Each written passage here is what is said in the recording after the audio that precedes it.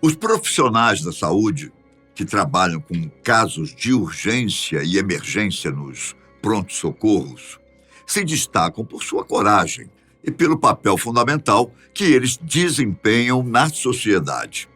Não precisamos ir longe para lembrar como eles atuaram na linha de frente em 2020, salvando milhões de vidas no mundo todo. Mas isso acontece todos os dias, não só em períodos de crise. Eles acolhem vítimas de acidentes, tratam e diagnosticam inúmeras doenças e fazem o primeiro acolhimento daqueles que precisarão se tratar com especialistas. Não é possível escolher ou prever o que vai acontecer. E é sobre um caso assim que iremos falar em nosso vídeo de hoje. Imagine atender uma mulher que é levada às pressas para o hospital, que recebe todos os primeiros socorros, mas que no momento que uma agulha perfura sua pele, exala um gás tóxico que faz todos ao redor caírem desmaiados no chão. Parece impossível, não é? Mas é uma história 100% verdadeira. Quer saber como isso aconteceu e quais são as possíveis explicações para esse fenômeno totalmente inusitado? Então fique conosco, que eu explico tudo para você a partir de agora. Tudo aconteceu no dia 19 de fevereiro de 1994. Glória Ramírez, uma cidadã comum que morava na cidade de Riverside, na Califórnia, começou a sentir alguns desconfortos enquanto estava em casa com seu marido e seus 2 filhos. No início, eles não estranharam os sintomas, pois, há 6 semanas, Glória havia sido diagnosticada com um câncer em estado avançado na cervical e estava fazendo quimioterapia, tratamento que provoca uma série de efeitos adversos. Mas os sinais pioraram. A mulher começou a se queixar de palpitações e falta de ar. E o marido decidiu agir depressa, ligando para a emergência para que ela pudesse ser levada ao hospital o mais rápido possível. Uma ambulância foi enviada ao local para realizar o translado e, imediatamente, ela foi colocada no tubo de oxigênio, já que sua principal queixa era dificuldade para respirar. Glória deu entrada no Hospital Geral de Riverside por volta das 8h15 da noite e foi rapidamente levada para a sala de trauma, um local no pronto-socorro onde existem vários equipamentos necessários para realizar um diagnóstico rápido, enquanto os sinais vitais do paciente podem ser monitorados e estabilizados. A mulher estava acordada, mas era difícil entender sua fala, pois sua respiração estava muito ofegante e, às vezes, faltava coerência nas informações trazidas por ela. Quando os médicos começaram a medir os seus sinais, perceberam que seu coração estava batendo tão rápido que não havia tempo das válvulas se encherem de sangue para bombear para o corpo. Por isso, sua pressão estava muito baixa. Os profissionais daquele plantão já estavam acostumados com casos assim. Pareciam estar diante de um infarto, mas a paciente tinha apenas 31 anos, e isso seria extremamente raro. Por mais que os sintomas fossem atípicos para o perfil de Glória Ramírez, antes de tudo era preciso mantê-la viva, para depois investigar o que estava acontecendo. Sabendo disso, os médicos logo administraram sedativos para acalmá-la, induzindo um leve sono que iria reduzir a frequência de sua respiração e dos seus batimentos cardíacos. Bom, mas isso não foi suficiente.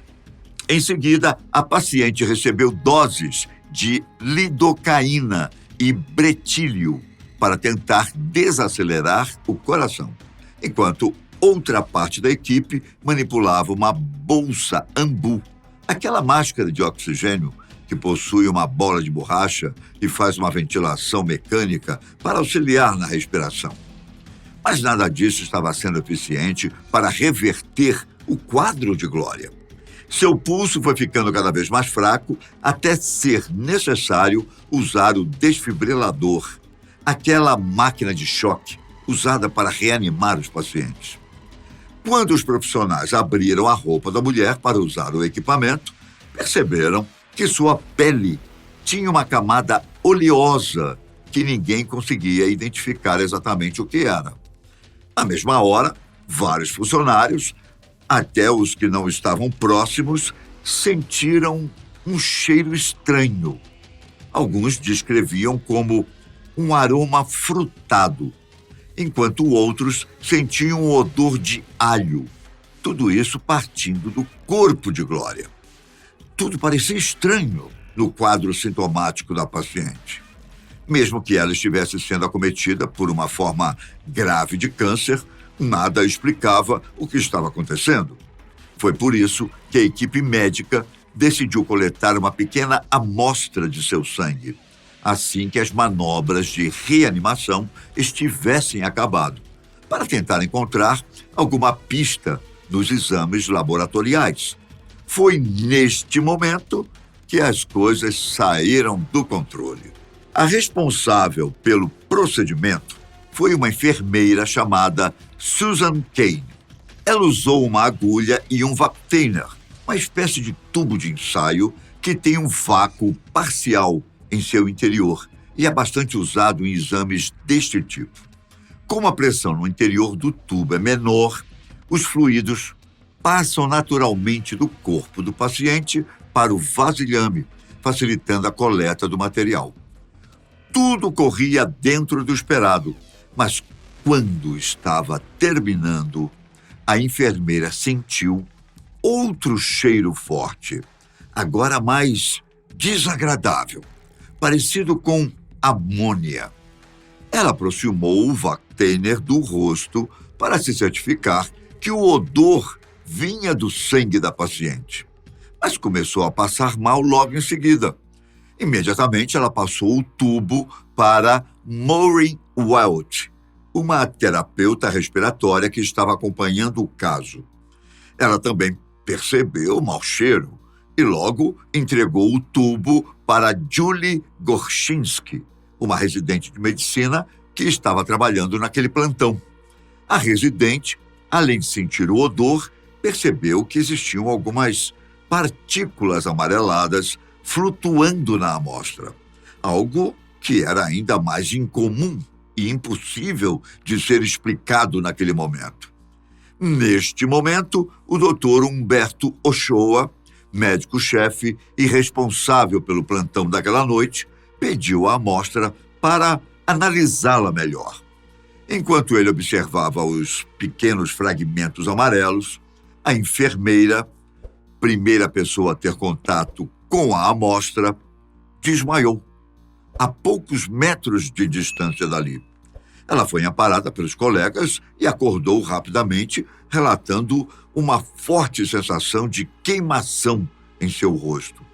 Ela foi colocada em uma maca e retirada do local. Julie Gorshinsky, a médica residente, foi a segunda pessoa a se sentir mal. Ela saiu da sala por conta própria, dizendo estar tonta, enjoada, e foi se sentar no posto de enfermagem. Alguns instantes depois, outro colega se aproximou para examiná-la, mas ela deslizou da cadeira e desmaiou na sua frente.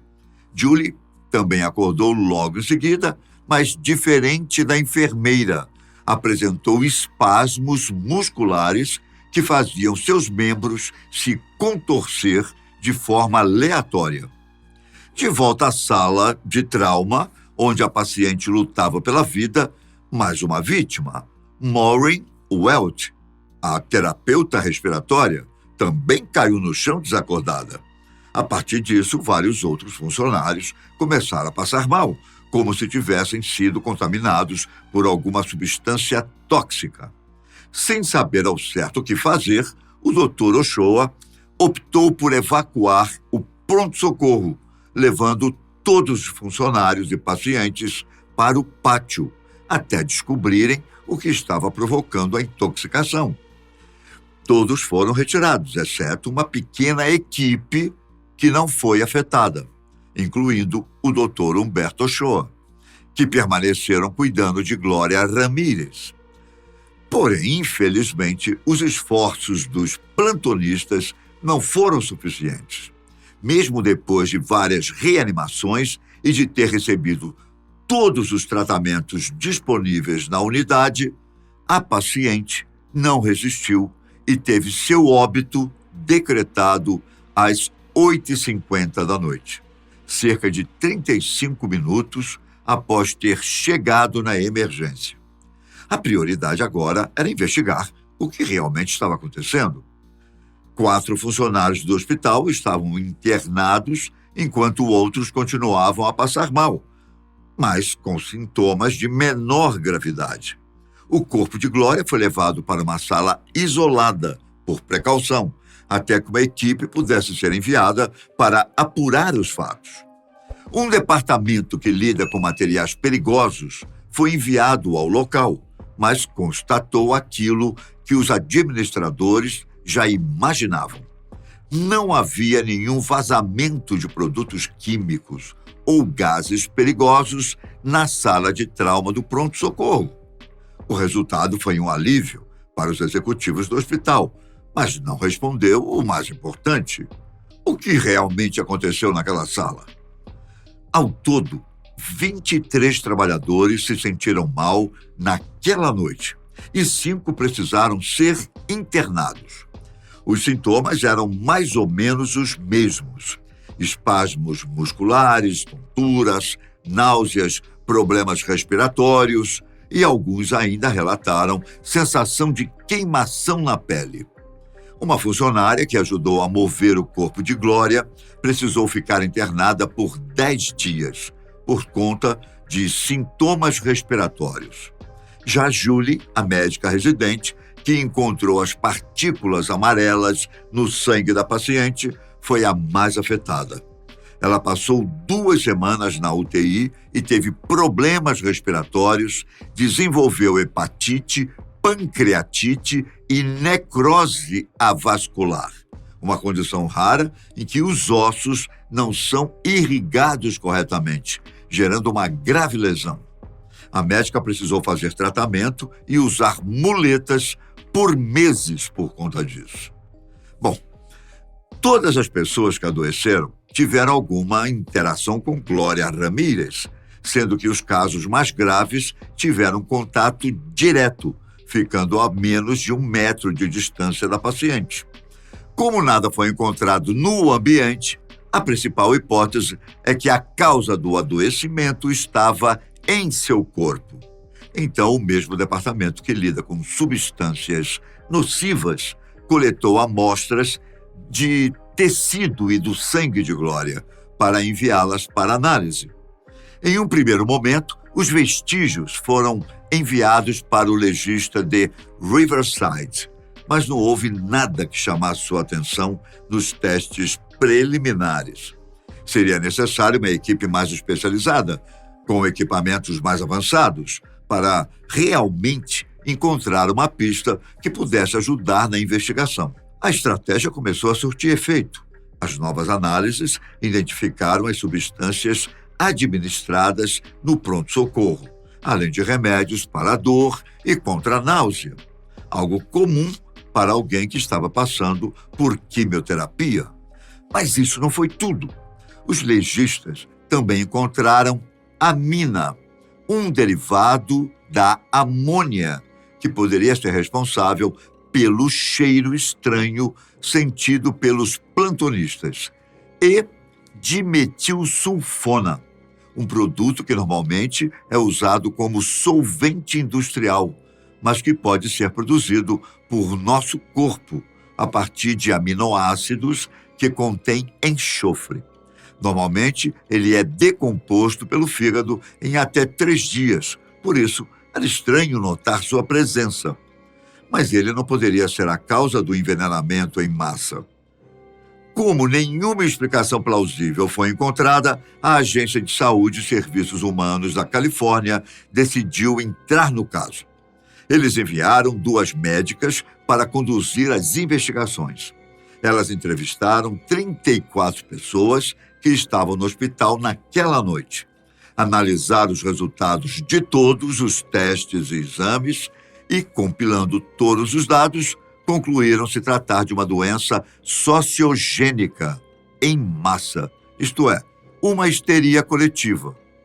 Por exemplo, não levaram em conta que as pessoas adoecidas eram aquelas que tiveram contato direto com a paciente. Além disso, por se tratar de uma doença psicossomática e não um acidente de trabalho, várias pessoas perderam acesso aos seus direitos trabalhistas, como a médica residente, que deveria receber um auxílio enquanto estava em tratamento. Com isso, Julie, a residente, acionou seu advogado para averiguar o que poderia ser feito. O homem falou com o especialista que havia encontrado as diversas substâncias nas amostras de Glória Ramírez e juntos decidiram pedir a ajuda de Pat Grant, o diretor do laboratório responsável pelas análises, uma pessoa muito mais experiente. Eles acertaram na decisão. Enquanto observava os relatórios, Grant percebeu algo que havia sido ignorado até então. A dimetilsulfona, aquele solvente industrial que supostamente foi encontrado no corpo de Glória, na verdade, poderia ser algo ligeiramente diferente, o dimetilsulfóxido, um composto similar usado como desengordurante pesado, muitas vezes vendido na forma de gel em lojas de ferragens. Mas o que isso tem a ver com a paciente? Acontece que até a década de 1970, o dimetilsulfóxido era vendido como um produto para aliviar dores musculares nos Estados Unidos. O FDA, Departamento Regulatório norte-americano, acabou proibindo a comercialização para estes fins, pois notaram que a substância tinha efeitos tóxicos. Mas muitas pessoas continuaram usando e passando este conhecimento de geração para geração. Logo, os investigadores ligaram os fatos. Glória poderia estar usando esse produto para aliviar as dores da químio, o que explicaria sua presença nas amostras e no aspecto brilhante de sua pele. Mas como o dimetilsulfóxido, usado para aliviar as dores, se transformou em dimetilsulfona no corpo da paciente? Ora, a principal diferença química entre estes compostos é a presença de um átomo a mais de oxigênio, algo que pode ter acontecido enquanto Glória recebia auxílio para respirar na ambulância ou na ventilação mecânica do pronto-socorro. Eu sei que pode parecer difícil, mas nós só precisamos entender que a paciente provavelmente usou uma substância para aliviar sua dor. Essa substância foi parar na sua corrente sanguínea. Se misturou com o oxigênio oferecido pelos médicos e se transformou em outros 2 compostos diferentes, sendo que um deles é altamente tóxico, o sulfato de dimetila. Esse elemento, em sua forma gasosa, já foi inclusive testado para ser usado como arma química. A exposição a ele pode gerar convulsões, paralisia, ardência, desmaios, falta de ar, tudo que as pessoas afetadas na emergência sentiam. Os investigadores até replicaram as condições em laboratório para checar se era realmente possível que tudo isso tivesse acontecido. E o resultado foi positivo. Se havia um problema, toda essa mistura iria produzir o sulfato de dimetila em forma de cristais, como aqueles que foram observados no sangue de Glória, mas ele só poderia ser dispersado no ambiente na forma de gás. Para isso, seria preciso aquecê-lo a 148 graus Celsius, mas em nenhum momento isso foi feito. No entanto, este ponto de ebulição considera os parâmetros normais, como a pressão atmosférica a nível do mar. A água, por exemplo, ferve a 100 graus Celsius, mas se for colocada em uma câmara de vácuo, onde a pressão é menor, ela pode ferver em temperatura ambiente. Lembra quando mencionamos que o sangue de Glória foi coletado através de um vacutainer? Bom, um tubo de vácuo parcial que auxilia na retirada do material. É provável que neste momento, por conta da diferença de pressão, o sulfato de dimetila presente em seu sangue tenha evaporado e contaminado o ambiente. É incrível que uma sucessão de tantos fatos tenha culminado em um incidente tão catastrófico. Tão incrível que nem todos aceitaram esta hipótese. A família de Glória disse que ela nunca usou o produto para aliviar as dores e os órgãos oficiais disseram que seria pouco provável que tudo isso tivesse acontecido de forma tão perfeita. Ao final, a explicação da histeria coletiva foi a versão explicativa oficial deste fenômeno, mesmo que muitos ainda se recusem a aceitá-la. E para você? O que realmente aconteceu? Eu fico por aqui, mas nos vemos no próximo vídeo. Um grande abraço, tchau!